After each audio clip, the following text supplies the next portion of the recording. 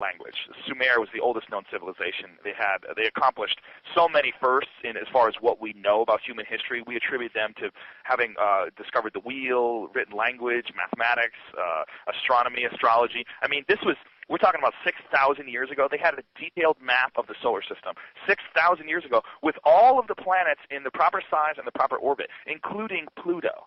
They knew about Pluto 6,000 fucking years ago. I mean, that's incredible. I mean, there was people that were being put to death thousands of years later because they suggested that the world was round and that the world wasn't, that the Earth wasn't the center of the universe. Thousands of years after the Sumerians, people were put to death for those notions. But the Sumerians knew about it. When they also said that everything they learned from the Anunnaki.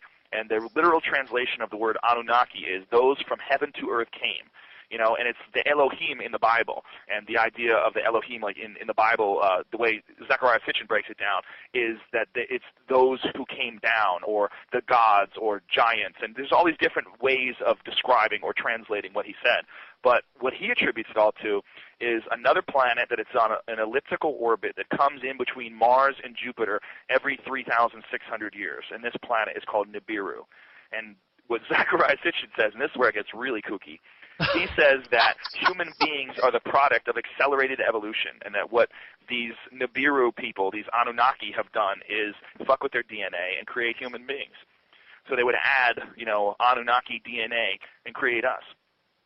Wow. Who the fuck knows? But it's fun to read. It's all so tortured. I mean, the idea behind it is also, you have to be a biblical scholar to just follow the language, just to follow his connections with all these different words from thousands and thousands of years ago and how they translate to today. And, they wrote in cuneiform, which is this really crude form of writing.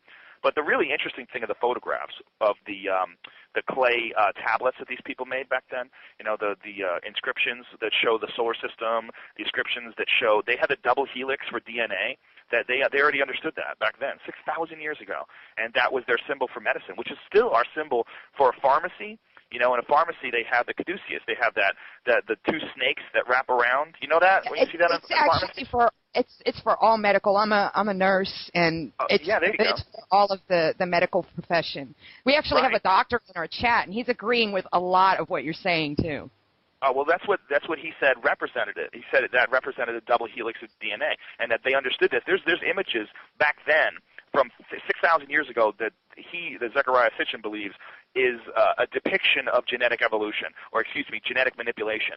Like the idea being that these people came from another planet and made humans. Who knows? Who knows? I mean, it's that people will think that's ridiculous, but yet they'll go to church and believe Jesus walked on water and came back from the dead. It's like what people choose to believe is ridiculous and not believe is ridiculous is very fascinating. Human beings are very curious animals. Sumerian text is the oldest known written language.